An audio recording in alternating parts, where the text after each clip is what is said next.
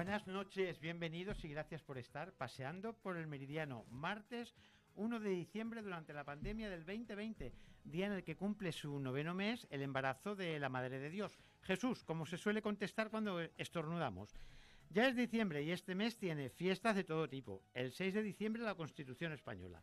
El 8 la Inmaculada, fiesta religiosa. El 13 Santa Lucía, que según el refrán popular empieza a alargar el día en comparación con la noche. El 21 el equinoccio de invierno, que hablábamos hace un ratito de ello, y el 25 Navidad, fiesta del cristianismo. Y el 31 el final de mes y en este caso el final de año, que celebramos con nuestras mejores galas y con nuestras mejores mesas. Todo por la borda. Para celebrar un año en la vida bien o también. Pero aprovechando el variopinto que es este mes de diciembre, como todos los diciembre de años atrás, con sus cosas como que buenas y con sus cosas como que también. Lo que tienen los meses. Es decir, ¿qué vamos a decir de los meses que todos sabemos cómo son?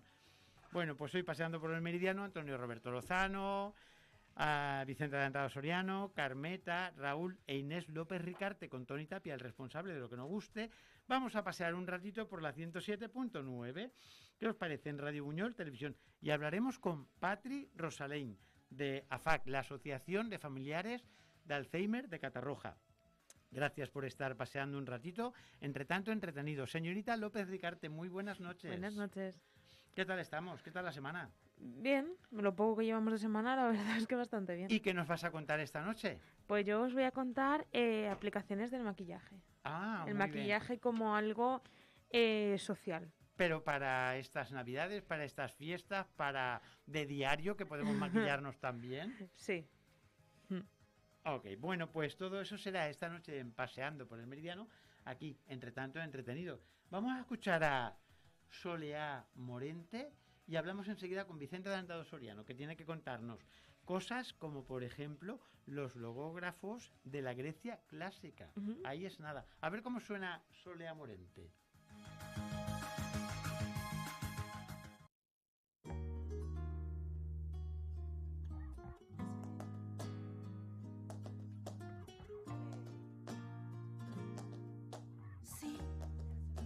Más lista no caería en tu trampa, pero caigo una vez, una y otra vez. Si fueras más bueno dejarías que me vaya, y tú me llamas otra vez, una y otra vez. Y los días pasan y la vida pasa. Pasan muchas cosas y no pasa nada, no pasa nada, no pasa nada. Si con lo que tienes no consigues ser feliz, jamás podrás llegar a serlo con lo que te falta, lo que te falta, lo que falta, lo que te falta.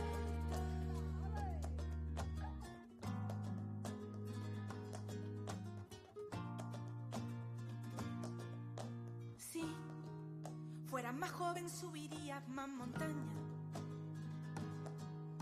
y el paraguas y el paracaídas no te harían falta. Si tú me quisieras, con mi pena acabarías, y el jardín de la alegría conmigo se quedaría. Y los días pasan y la vida pasa, pasan muchas cosas y no pasa nada, no pasa nada, no pasa nada. Si con lo que tienes no consigues ser feliz, jamás podrás llegar a serlo con lo que te falta,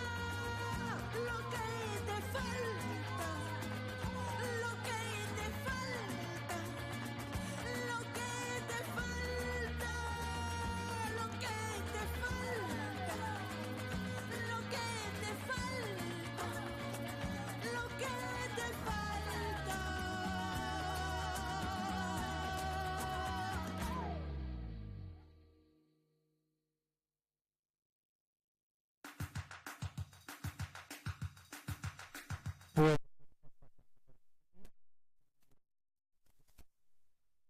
de los logógrafos de la Grecia clásica. Vicente, buenas noches. Buenas noches. Hola, buenas noches. ¿Qué tal la semana? Muy bien, ¿vosotros qué tal? ¿Bien también? Bien, Bien. también. Me alegro. ¿Oye? Sí, sí, no, te estamos escuchando atentos porque sabes que cada vez que entras eres Es que yo soy de un poco cabece- flojo. Nos oyes flojitos. Bueno, porque ya llevamos un día muy largo hoy Y ya. y ya estamos flojeando. Ya. Bueno, Vicente, pues hablábamos hoy nos ibas a hablar de lo que son los logógrafos de la Grecia clásica, ¿no? Bueno, a mí Eurípides. me interesaban más que, sí, hablaba de los logógrafos, pero centrándolo en un tema que me parece interesante, que es la violencia. Ujú. Entonces, he preparado bastante tema. Ujú. Si veis que me paso el tiempo, me cortáis en paz, y si no, pues lo voy comentando lo que he escrito más o menos. Al principio, cuando se me ocurrió la idea para el programa, me di cuenta que esto daba para mucho y escribí un artículo que se publicará, creo que saldrá a lo largo de esta semana o la semana que viene, Ujú. y por lo tanto, pues nada, os lo mandaré por si lo queréis leer también. Ajá. Más o menos yo lo titulé contra la violencia, Atenea, que es la diosa, Lisías e Isócrates, que son los logógrafos. Ujú. Y lo centré en Grecia. ¿Por qué en Grecia? Pues porque la cultura griega, según Jacqueline de Gomilly, que fue una excelente helenista, se define como la búsqueda apasionada de todo aquello que permite poner fin a la violencia, considerada siempre como bestial e indigna del hombre. Ujú. Esas son las palabras textuales de ella en un libro que se titula La Grecia antigua contra la violencia. Ujú. Y ahora ya empiezo yo a deciros que evidentemente uno de los graves problemas que ha tenido la humanidad y que sigue teniendo ha sido el resolver los conflictos violentos, muertes, asesinatos y homicidios, a fin de que no siguieran generando más muertes y más violencia. La guerra, pese a todos los intentos tras la Segunda Guerra Mundial, parece que es inevitable. No obstante, aquí en una parte de Europa y de América, gracias a las instituciones nacidas tras la Segunda Guerra, el Segundo Conflicto Mundial, llevamos una larga época disfrutando de una relativa paz y de una relativa tranquilidad. Y esperemos que siga así. No obstante, a lo largo de la historia siempre han existido y siguen existiendo personas violentas. Ujú. En un principio, en tiempos remotos, la forma más sencilla de solucionar un acto de violencia fue mediante otro acto violento, que también se sigue produciendo hoy en día, la conocida ley del talión o la pena de muerte, Ojo por ojo. ojo por ojo y diente por diente. Ajá. Esta ley, sin embargo, llevó al hombre a un callejón sin salida, pues siempre había alguien dispuesto a vengarse de alguien. Y esto ya lo sabían muy bien los griegos cuando arrasara Troya, estamos hablando ahora de la guerra de Troya, la Ilíada, despeñan a Astianacte, el hijo de Héctor, que es un niño todavía de muy pocos años, lo despeñan desde lo alto de las murallas pensando que se iban a evitar una guerra de venganza porque estos han destruido Troya. Ujú. Casos similares los tenemos perdón, Nada, San Blas. con dos héroes que igualmente participaron en la guerra de Troya, Odiseo y Agamenón. Ujú. Agamenón es el hermano de Menelao, el marido de la bella Helena, y por esta es por la que se promueve la guerra. Ajá. Agamenón, cuñado de Helena, es el escogido para comandar al ejército aqueo contra las murallas de Ilión. Está ansioso por partir. Problema, que no hay vientos favorables para que los aqueos puedan zarpar. Pasan los días y los vientos permanecen estáticos. Se deduce entonces que hay que hacer un sacrificio a fin de que los dioses les sean propicios. Ujú. Según una versión del mito, hay varias, Agamenón promete sacrificar al ser vivo más bello que se encuentre camino del campamento aqueo. Para su desgracia, nada más salir del palacio se tropieza con su hija Ifigenia. Esta es llevada al campamento mediante engaños. Le hacen creer que la van a casar con Aquiles, que es el Brad Pitt de la época. Ujú. Ifigenia, una joven ingenua, se presenta ante su padre con las galas de boda, e inmediatamente es aupada al altar y sacrificada. Los aqueos suben a las cóncavas naves y parten hacia Troya con vientos favorables. Es fácil comprender el rencor que se despertó en el pecho de la madre de Ifigenia, la famosa Clitemnestra. Además, y según otras versiones, Agamenón, su marido, también había matado anteriormente a los hijos que tuvo ella en otro matrimonio anterior. Con estas muertes no habría disputa entre los hermanastros por el trono. El problema de los hermanastros es un grave problema que nos alcanzará a nosotros en España hasta la Edad Media. Basta con recordar, en el caso de nuestro país, que la intervención de los Trastámara, bastardos, en el asesinato de Pedro el Cruel supuso el cambio de dinastía.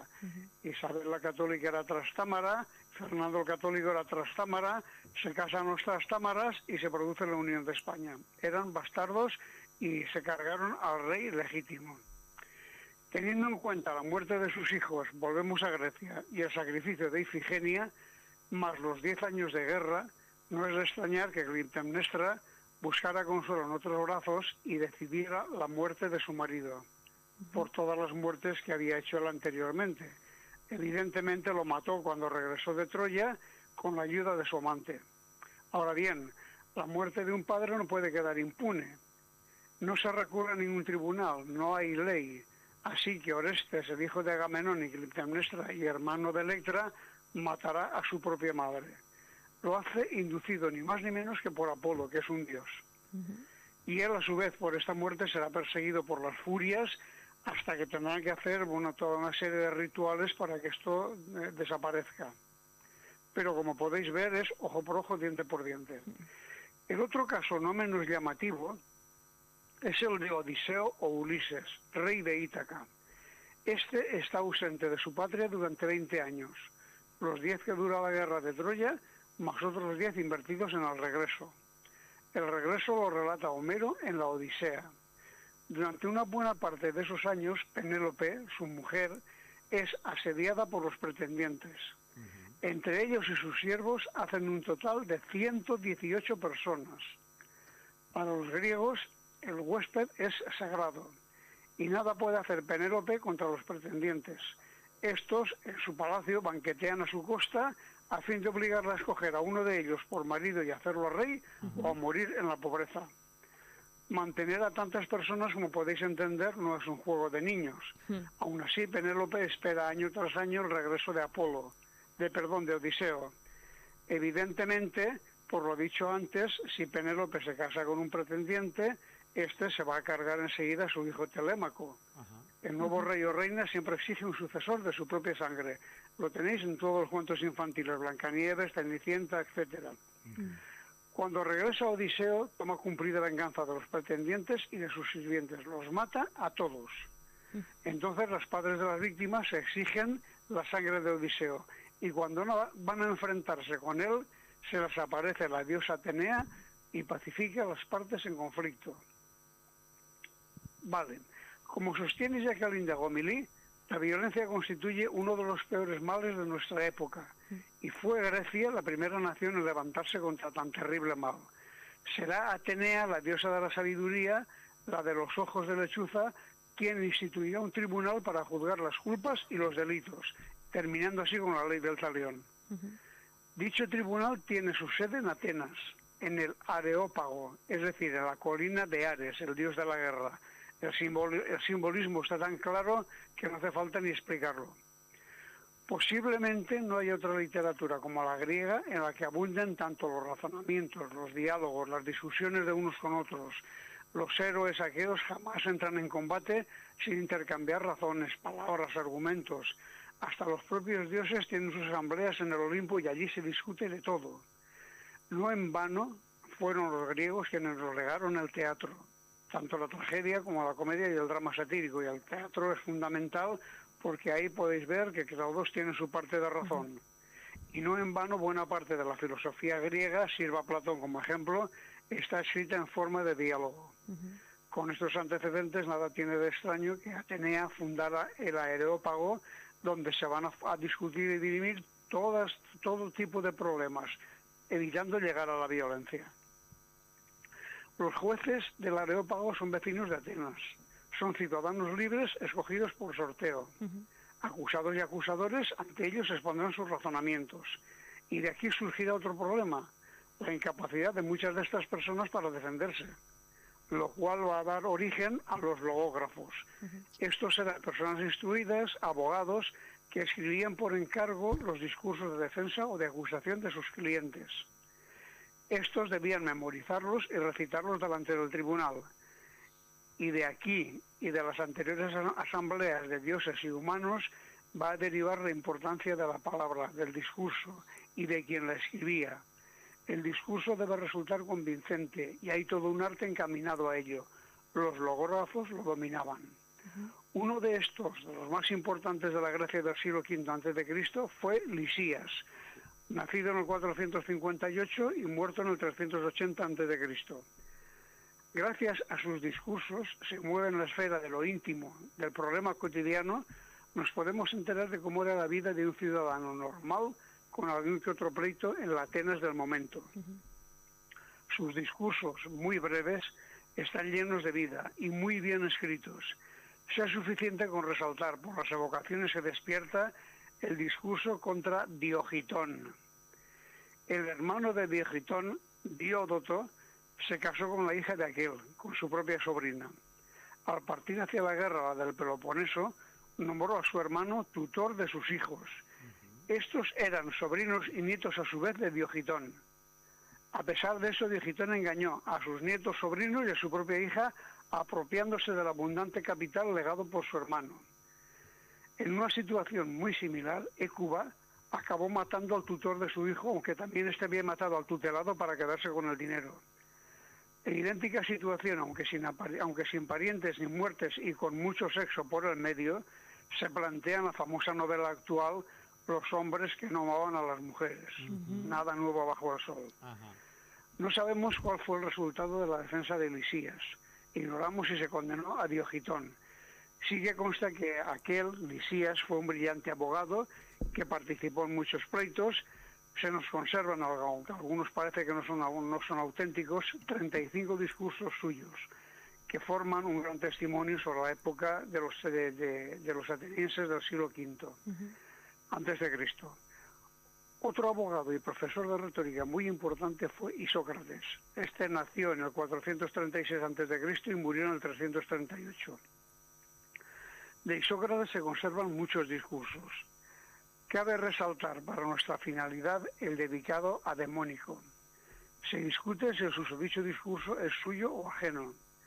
Sea como fuere, Demónico figura en los volúmenes de los discursos completos de Isócrates.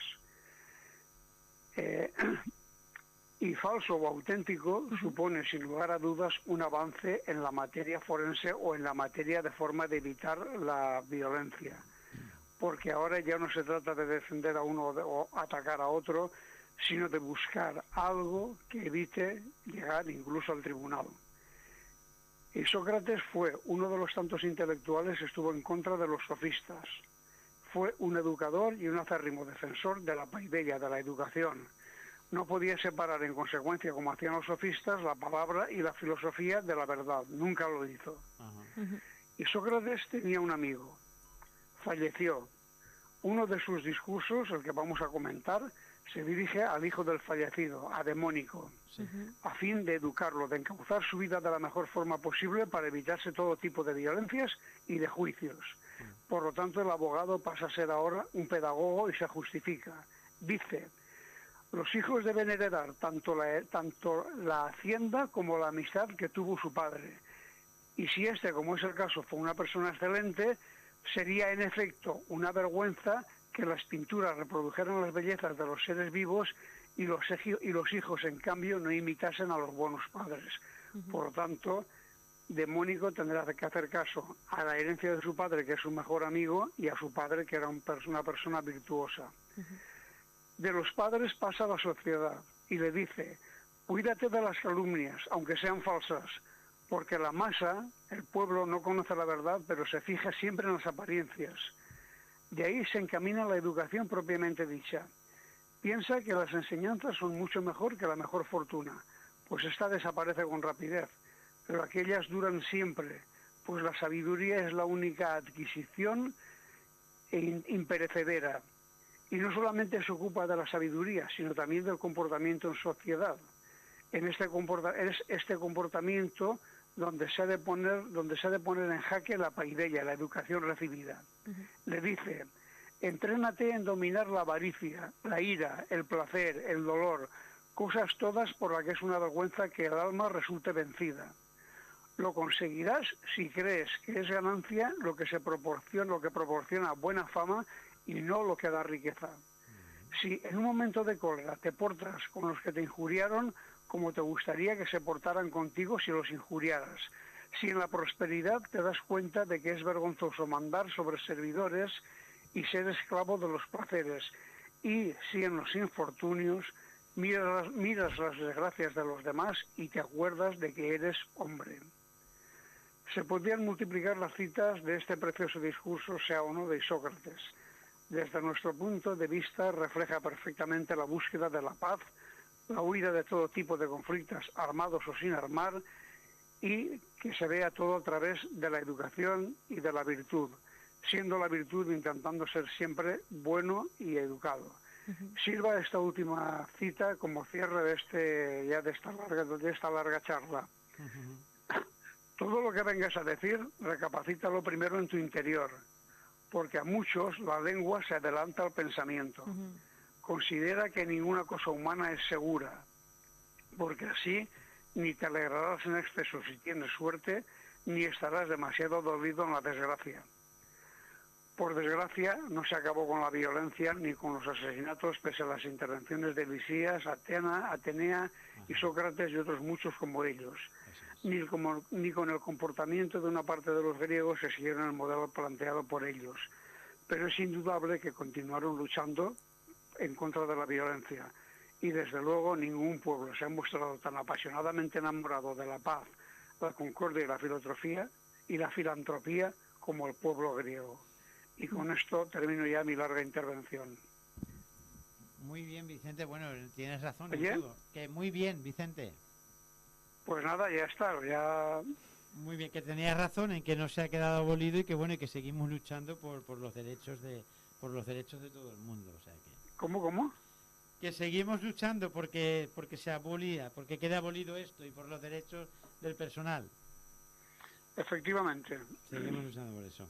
Bueno, Vicente, muchas gracias. Una gran clase de los griegos que están ahí en contra de la violencia y a favor de la filantropía. Pues nada, gracias a vosotros, sí, y ya digo, la semana que viene os lo mandaré por el móvil en artículo, por si queréis leerlo. Muy bien, estupendo, Vicente. Nos escuchamos en el próximo Paseando por el Meridiano. Muy bien, vale, buenas noches. Venga, buenas noches. Hasta luego. Hasta luego. Bien, pues ya sabemos lo que son los logógrafos. Tú tenías por ahí que había dicho que era lo de las pinturas, ¿no? Sí, Nos ibas a hablar de las pinturas. Y en un momento vamos a escuchar enseguida a Patri Rosalén, porque habíamos quedado de hablar con ella la semana pasada. Te acordarás que los nombramos, porque la semana pasada era el día se celebraba el día de la CM, no. Hicieron un mercadillo matinal y hoy martes tenían otro mercadillo matinal y bueno, una especie de eso. Y dentro de un momento hablaremos con ella. Pero cuéntanos lo de los maquillajes. Vale, pues yo voy a hablar sobre el efecto terapéutico que tiene el maquillaje. Vale. Primero os voy a contar un poco de historia. El maquillaje se lleva usando desde los primeros imperios, como Grecia y Roma, y sobre todo lo utilizaban hombres así más adinerados. Los egipcios utilizaban colores fuertes y brillantes para resaltar sus ojos y además teñían sus labios de ocre y de óxido de hierro natural. Todo lo que usaban estaba creado por elementos naturales. Por ejemplo, para conseguir un color azul, pues machacaban un mineral. Para conseguir un color rojo, pues a lo mejor cogían sangre de un animal o así, todo un poco... Claro, todo producto natural. Producto natural. A raíz de todo esto, durante las épocas posteriores, se han ido realizando cánones de belleza sobre cómo debía estar la mujer, cómo debía maquillarse o cómo no debía maquillarse. Llegados al siglo XIX, se popularizó la palidez extrema. Esto quería decir que las mujeres se ponían, porque esto era sobre todo en las mujeres. Contra más pálida quería decir que no ibas al campo, que Claro, no... era más señorial. Claro, era como más señorial, hasta el Eso es. punto de que las mujeres comían barro, Ujú. vasijas de barro, para estar pálidas, para tener su tez blanca, blanca, blanca. Mm. Esto se producía porque ese barro era tóxico, tenía una neurotoxina que les hacía perder el hierro y quedarse pálidas. Ujú. Y a partir ya del siglo XX, con el avance del cine, el teatro y demás, se popularizó lo que es el maquillaje estándar. Actualmente los maquillajes son de cobertura media, con los ojos muy destacados por las mascarillas y el rostro natural. Entonces, ¿esto qué tiene que ver, ¿no?, con el efecto terapéutico del maquillaje? Vale. El maquillaje es una forma de resaltar tus potenciales y ocultar tus imperfecciones, aunque eso es mentira. O sea, actualmente nadie se maquilla pensando en las imperfecciones. Yo, por ejemplo, cuando tenía más acné, sí que me maquillaba intentando ocultar esa imperfección de Pero mi sí piel. que nos maquillamos para intentar gustar y gustarnos. Exactamente. Ayuda, y además ayuda mucho ahora a la gente que no sabe identificarse si quiere ser hombre, si quiere ser mujer. Entonces, el maquillaje es una ayuda. Por ejemplo, si yo quiero afinarme más la cara, pues puedo ponerme un poco de contouring. Quiero resaltarme un poco los ojos, pues me pongo un poco de sombra. Entonces, en ese aspecto, tiene una repercusión psicológica. Con lo cual, se ha demostrado en diversos estudios que el maquillarse los labios de una forma u otra puede hacer, uno, que te sientas mejor. Eso que dicen, ¿no? Te pones unos tacones y un pintalabios rojo. Pues eso sí que puede para muchas mujeres empoderarlas y hacer lo que ellas quieren en ese momento. Luego, también ayuda a las personas que han sufrido enfermedades graves, como pueden ser el cáncer, y pierden el pelo de las cejas. O, por ejemplo, les quedan marcas. Todo esto ayuda a superar esa etapa difícil que se ha vivido y ayuda a su bienestar psicológico, porque ya, más allá de que te lo quites con agua y jabón, tiene un efecto terapéutico, así como el microblading o la micropigmentación. Y recuerda que hay que maquillarse para uno mismo, no para gustar a los demás. Claro, eso decía yo, que hay que maquillarse para estar a gusto uno y aunque le guste a los demás. Si te gustas tú, le gustas a los demás. Y ahora, por ejemplo, hay más chicos que se maquillan, pero el maquillarse no quiere decir hacerse una cara. Pero vamos a ver que los indios ya se maquillaban, ¿eh? Claro. Que más pintados que los indios no está nadie, ¿eh? Claro. O sea, que no se piense que lo han inventado ahora las señoras ni el grupo femenino, ¿eh? Que No, los por indios eso se maquillaban mucho más que las indias. Que ahora, Lo cual eso era un maquillaje, ¿eh? El ir pintado. Cuando se lanzan una marca de maquillaje, cuando se lanza un maquillaje, ya no se lanza pensando únicamente en el mercado femenino. Ajá, no. Sino que se puede cada maquillar. vez hay más hombres y los maquillajes se adaptan a las pieles de esos hombres. Ajá. Por ejemplo, un hombre suele tener la piel más grasa, entonces se suelen adaptar a ese tipo de pieles. Tenemos que maquillarnos para estar bien. Sí. Y si no maquillarnos, maquearnos. Que maquearte es desde que te lavas la cara por la mañana. Bueno, pues vamos a pasar página en el magazine de hoy, paseando por el Meridiano, pasamos página y nos vamos a hablar de otro tema. Y otro tema sería, pues, vamos a hablar con Patri Rosaleñ de AFAC, la Asociación de Familiares de Alzheimer de Catarroja. A ver si lo hemos dicho bien ahora. Buenas noches, Patri. Buenas noches. Hola, buenas noches. Oye, ¿lo hemos dicho bien, AFAC? Sí, AFAC, Asociación de Familiares de Enfermos de Alzheimer y otras demencias de Catarroja. Ajá. Muy bien. Patri, habéis tenido fiesta esta mañana, tuvisteis fiesta el martes pasado, y por eso era hablar contigo de AFAC, porque AFAC era necesario en la zona de Catarroja, del Horta, ¿no? Sí, la verdad es que no disponíamos de ningún servicio de estas características en la zona. En la zona del Horta, ¿no? Estamos del hablando Horta, del Horta Sud. Sí. Del Horta Sud, ¿eh? De aquí desde la Olla de Buñol nos hemos ido paseando por el Meridiano hasta el Horta Sud. Bien, hacemos un poco de historia, Patri. Sí, mira, la asociación nace en el año 2018. Durante ese año Bueno, yo soy la promotora, la que crea la asociación. Y la presidenta, que no hemos dicho nada, no hemos dicho que eres Bueno, ¿no? soy la trabajadora social. Ay, mira, como yo. La que lo ha inventado todo, ¿no, Patri? Sí. Y la que lo lleva todo, ¿eh? También. Bueno, sí, al final, entre todas, la junta directiva, mi compañera, que es psicóloga, y yo, pues entre todas, llevamos a cabo todas las acciones que Muy se bien. Nos realizan. decías que nace en el 2018 por una necesidad, ¿no?, de la zona. Sí, a ver, yo detecto la necesidad desde que hace 20 años padecí la enfermedad en mi casa con mi abuela.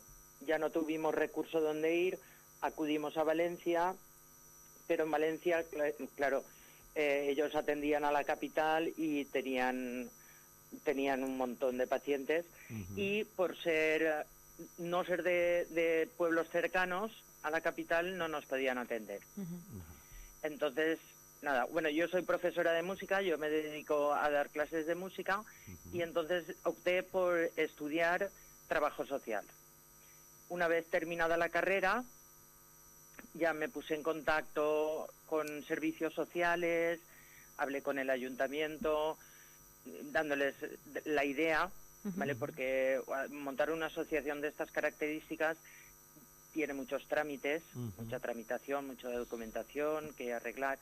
Bueno, en servicios sociales, claro, con las protecciones de datos no me podían dar datos de familiares, pero sí que me ofrecieron la oportunidad de realizar un par de reuniones con los familiares de las personas enfermas interesadas en un servicio de estas características.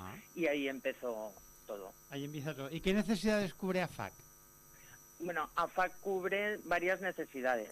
Desde la necesidad principal de atender a la persona enferma, realizando diversas actividades.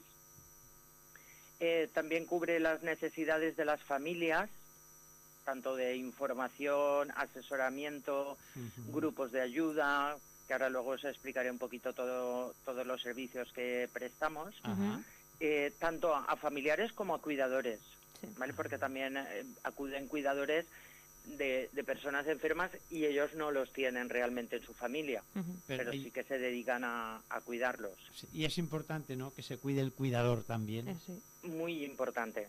De hecho, el cuidador es el pilar fundamental en esa enfermedad, claro.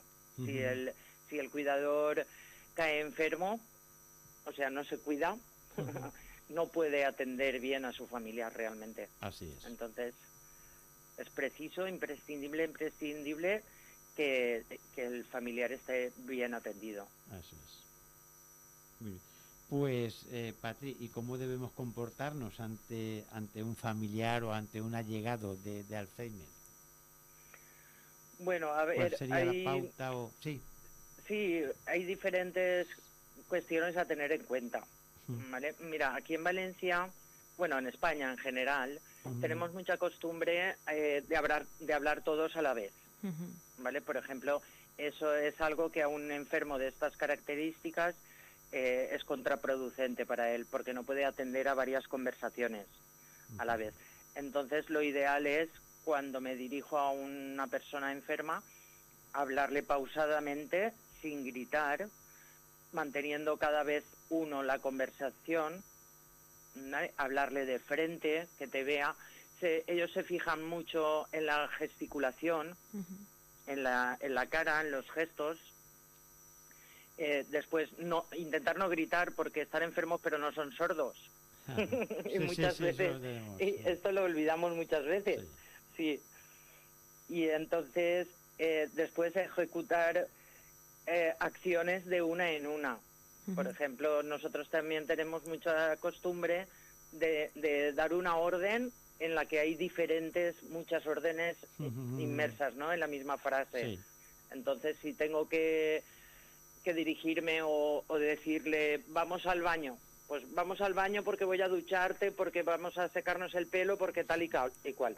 Pues eso es contraproducente. Vamos al baño, una vez estoy en el baño, vamos a hacer esto, una vez he hecho esa acción, realizo la siguiente, ¿vale? Eso serían un poco las pautas, ¿no? Diríamos al dirigirnos a ellos directamente. Es lo que sería ser normal y ordenado, vamos. Sí, sí. Y paciente, sobre todo muy paciente, ¿vale? Porque ellos realizan las acciones muy despacio. Entonces, nosotros el nivel de vida que llevamos hoy en día es ir todos corriendo, todos estresados, y esto no es bueno para ellos, claro. Ajá. Nos está calmando un poco, el virus este, Patri. Nos está calmando. Nos está calmando, nos está parando un poquito. ¿Ves? Que tú decías que íbamos muy estresados. Este nos está espabilando un poco y nos está diciendo ir un poquito más tranquilitos que ya se os ha pasado las prisas, ¿vale? Que vamos a hacerlo mejor, más tranquilitos. Sí, la verdad es que lo que pasa es que ahora, como no podemos salir a la calle, o sea, no podemos hacer la vida normal, diríamos, incluso estamos a veces más estresados por el tener que quedarnos en casa. Sí, cosa que antes no nos daba igual, el quedarnos en casa. ¿Crees que lo han notado más ellos también, Patri? Ellos han tenido muchas afectaciones en general. Ha sido súper mal. El confinamiento ha sido súper malo para este tipo de enfermedades. Las capacidades se han visto mermadas a escalas agigantadas, ¿eh? Sí. Se ha podido atrasar, claro, el no tener la libertad para salir al aire libre, ¿no? Imagino, y los diagnósticos, ¿no? Que también se han ido retrasando. Claro, todo. Se ha retrasado todo. El no salir a la calle, el no ver otras personas, lo que les ha hecho ha sido, pues lo que nos ha hecho a todos. Lo que pasa es que nosotros lo hemos comprendido, la situación la hemos comprendido y la hemos asimilado, diríamos. Ellos siguen sin comprender esta situación. No saben que es el coronavirus, que lo oyen a todas horas, en las noticias nos bombardean, ellos lo ven, pero realmente no entienden la situación. Muchas veces no entienden por qué deben llevar la mascarita, ¿vale? No entienden por qué no pueden salir, o por qué no pueden venir los nietos a verlos. ¿Vale? Esta situación, claro, todo eso crea estrés. A estas personas les crea mucho estrés. Patri, pues muchas gracias. ¿Nos dices algo más? ¿Nos tienes que contar algo más? Porque te agradecemos la labor que hacéis. Quería hacer hincapié en una cosita que es muy importante, ¿vale? Cuando nos diagnostican esta enfermedad, lo primero que debemos hacer enseguida es acudir a una asociación de estas características, ¿vale? Porque allí te van a asesorar y te van a indicar hacia dónde tienes que dirigirte, a los servicios sociales, ver los servicios que se ofrecen. Cuanto antes nos pongamos en marcha y empecemos a realizar talleres de estimulación cognitiva, serán más beneficiosos, ya que nosotros trabajamos con las capacidades residuales de las personas enfermas. Al principio del diagnóstico las capacidades están menos afectadas que después. Entonces nuestro trabajo es mantener el máximo tiempo posible esas capacidades. ¿Quieres decir que se paralizaría un poco, no? Bueno, no se paraliza, pero sí que se deteriora más lentamente. Se ralentiza, como dice Inés. Se ralentiza. Eso sería. Como dice Inés. ¿Vale? Entonces es muy importante acudir, da igual que estén aquí en la Horta Sud como que estén en la otra parte de esto está de la comunidad, da igual. Siempre habrá intentar buscar las asociaciones más próximas y allí les darán la información. Les asesorarán también a la hora de ir a los servicios sociales para solicitar las ayudas correspondientes, porque ya sabéis que tardan un poquito en otorgar las ayudas. Cuanto antes empecemos a solicitarlas, antes tendremos el recurso que más nos interese en cada momento. Muy bien, Patri, pues así lo hacemos. Muy bien. Así lo haremos y bueno, y así lo hacemos. Y muchas gracias por la labor que hacéis y bueno, y que siga adelante. Mucha fuerza de voluntad también que hay que tener, ¿no? Mucha paciencia, como dices tú, y que bueno, y que tengáis muchas más ayudas de las que hay, porque no sé yo las ayudas cómo llegan ahí, pero Imagino que como siempre. en todo, estas cosas que son las más necesitadas son las que se retrasan un poco más. ¿Es Eso así? si quieres otro día hablamos otro ratito en otro programa y te explico, porque estamos un poco enfadados, sí, la Sí, verdad ¿no? es que sí. O sea que... Sí. Bueno, Pero Patri, bueno, seguimos pues adelante sí. trabajando por ellos. Muy bien. Muchas gracias, Patri, por atender a la llamada. Oye, una amiga, ¿eh? ¿Ves, Inés? Esta es una amiga. Ahora ya hablamos en persona de las que te salvan de los apuros muchas veces y que te enseñan muchísimo.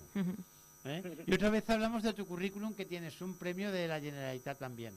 Sí, bueno. ¿Eh? O sea que eres una de las privilegiadas premiadas de la Generalitat. ¿Lo contamos otro día, Patri? Muy bien, sí, Tony. Venga, Muchísimas muchas gracias. a vosotros. Y recuerdos. Vale, un besito. Un beso, venga. Hasta luego. Hasta luego.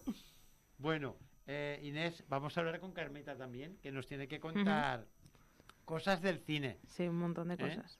Nos tiene que contar cosas del cine. Pero fíjate, Vicente Adelantado lo que nos ha contado de la historia de... Es de muy la interesante LCS. porque también, porque yo, por ejemplo, personalmente no estoy puesta sobre todo en estos mundos más antiguos y entonces está muy bien que alguien te los cuente y sobre todo escucharlo y alguien tan profesional que te lo explica y además lo entiendes porque a veces es complicado y lo entiendes. No, y además que Vicente Adelantado lo explica muy bien, todo lo del este. Mm. Bueno, pues vamos a hablar con Carmeta dentro de un momento, que nos va a hablar de una mujer que fue una de las primeras directoras del cine. Ujú. Luego nos va a dar la frase. Hoy, ¿sabes que hoy es el día, hace 4 años, durante esta semana, en el 2016, que fue cuando se anunció que las fallas serían patrimonio inmaterial de la humanidad? Pues hoy hace 4 años. Y fíjate tú, estamos todavía con la duda de si vamos a tener fallas O no vamos a tener fallas. Vaya tela, qué incertidumbre. Lo que no nos incertidumbre es que pasamos página y tenemos a Carmeta al otro lado del teléfono. Sí, sí. ¿Le damos la buena noche? Buenas noches, Carmeta. Buenas noches, Carmeta. Buenas noches, Inés. Buenas noches, Tony, Raúl, oyentes, todo el mundo. Carmeta, ¿sabes que hace 4 años ya de que se anunció que las fallas serían patrimonio inmaterial y solamente nos ha durado 3? No, hombre. No, van a durar van a muchos durar años mucho más. Claro. Van a durar mucho más. Se ha interrumpido, pero no se ha parado. Cállate, Bueno. no digas esas cosas. Esas barbaridades.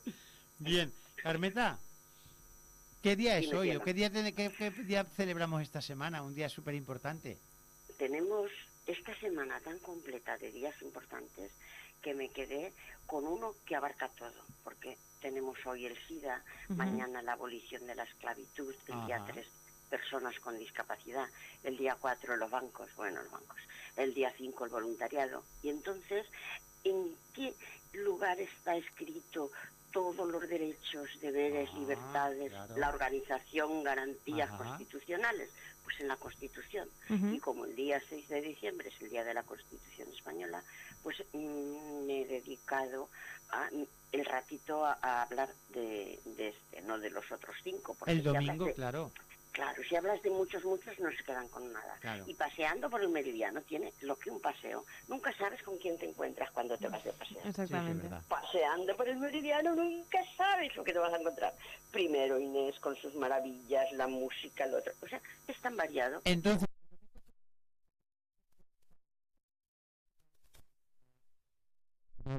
¿qué otros años abiertos? Ha hecho puertas abiertas y todo, y este año ya no se puede. No sé. Bueno, pues cuéntame algo que este año sí que se pueda y otros años. Pues este año se Claro. puede celebrar el día de una mujer súper importante. Pues mira, en el 6 de diciembre, lo digo así muy cortito, el 6 de diciembre de 1978 es cuando se hizo el referéndum. ¿Aprueba la Constitución, sí o no?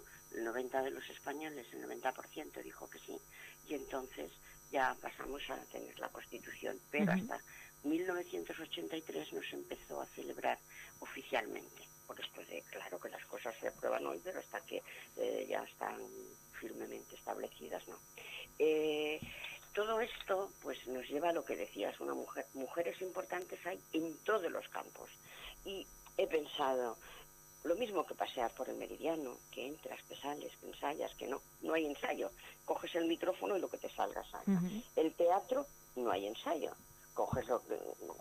Pero el cine sí que te lo permite. Y entonces hay hombres, mujeres y maravillas de personalidades que han creado y han creado. Pero siempre nos vamos a los hermanos Lumière como los primerísimos. Fue en 1895. Pero, ¿y las mujeres? ¿Qué pasa con las mujeres? Pues hubo una primera mujer por aquella época también, y fue en el 1896, un año después que los Lumière. Pero era mujer, angelito mío, fíjate por dónde. Bueno, eso viene después. Ella estrenó en 1896 El hada de los repollos y contaba una historia donde el cuento de hada francés, pues que los niños nacían de un repollo y las niñas de las rosas. Pero fíjate todo esto en un minuto, ojo, que duró la película, porque que durara un minuto ya era mucho. Ella sentó las bases de lo que en el futuro sería ficción. Ha sido realizadora y directora de más de 1000 obras, pero recibió la Legión de Honor en el 55, pero la historia la cayó, la omitió por el simple hecho de ser mujer. Entonces yo no quería dejarlo y quería que por lo menos se sepa que Alice Guy, de soltera, y Alice Guy Blanchet, de casada, fue la primera mujer, no la primera persona, la primera mujer realizadora, directora de películas. De la historia del cine. De la historia del cine. Y también me hubiera gustado centrarme en España, porque teniendo a Elena Jordi, a Elena con H Cortesina, la Elena Jordi sin H, Rosario Pi, te pones, pero es que puestos a buscar mujeres, a verlas, haylas y muchas. Entonces, para lo que decía antes, para hablar de todas a la vez y no recordar ninguna, pues hoy vamos a recordar a Alice Guy, que fue la primera mujer que empezó con esto del cine, la directora del cine. Oye, pues muy bien, una pionera Claro del cine, que siempre parece que han sido... Que siempre han sido hombres los hombres han sido lo primero en otras cosas, pero en este momento, pues oye, también ha habido mujeres, bueno, en todos los campos, pero la historia las ha omitido. Ha omitido pues, porque esas cosas que tienen los hombres y la historia. Hay una frase súper importante, Carmeta. Sí, con esto, eso que te decía, que tú en el teatro solo te permites ensayar todas las veces que quieras, pero una vez sales a escena, ya no hay vuelta atrás. Ya está, no hay rebobine, no hay repetición de jugada. El cine, repites la escena, la grabas, la arreglas, la vuelves a grabar, pero no. La vida es el teatro es la vida no hay ensayos. Puedes cantar, puedes reír, puedes bailar, puedes llorar, puedes vivir intensamente cada momento, porque luego cuando el telón baja, la obra termina y tienes que haberlo hecho tan estupendamente que haya aplausos, aunque solo te aplaudas tú. Esto lo dijo Charles Chaplin, otro también de como estábamos aquí con la mujer, con el cine, con tal, digo, pues me quedo con Charles Chaplin. Y esta frase del teatro, la vida es un teatro. Sí, señora. Así ¿Y tenemos para la semana? Pues que, dado lo que estamos viviendo y esas crispaciones, esos desánimos, pues pensemos que una noche siempre ha vencido al amanecer. Nunca, porque cuando llega el amanecer, la noche se ha ido. Claro. Pues nunca una noche ha vencido al amanecer. Pues no dejemos que un problema venza la esperanza. Sí, señora. Así es. Muy bien, Carmeta. Pues nos quedamos con esa frase, ¿eh? Sí. Claro. Esa frase nos ha encantado. Que un problema nunca pueda vencer a la esperanza. Sí, señora. Pues nos quedamos con la esperanza de volver, Carmeta, en el próximo Paseando por el Meridiano. Fíjate, se nos ha pasado ya una hora, ¿eh? Se nos ha Qué pasado rapidito, volando. Es que ha sido genial, es que te pones, y es lo que te digo, nunca sabes lo que te vas a encontrar. ¿Quién empieza hoy? ¿Quién acaba? ¿Quién hay en medio? Maravilloso. Es esa cosa. Maravilloso. Perfecto, un paseo. Pues así de contentos terminamos, Carmeta, hoy Paseando Pues por el ha sido Meridiano. un placer, un abrazo y a mis escuchantes lo que digo siempre, cuídense y en la medida que puedan sean felices. Pues maravilloso. Carmeta, muchas gracias, un besazo. Buenas noches. A vosotros por aguantarme, venga, un abrazo muy grande. Inés, de todo lo que nos hemos enterado hoy, ¿eh? Sí, hemos aprendido mucho. Hemos aprendido un montón, ¿eh? A cómo maquillarse para estar bien y todo. Y a estar pálido y todo. No, hombre, eso no hay que hacerlo, no. Bueno, pues así, riéndonos, nos despedimos hasta el próximo Paseando por el Meridiano. Que no será la semana que viene, será la siguiente semana. porque es fiesta. Y nos vamos a ir de vacaciones. Buenas noches.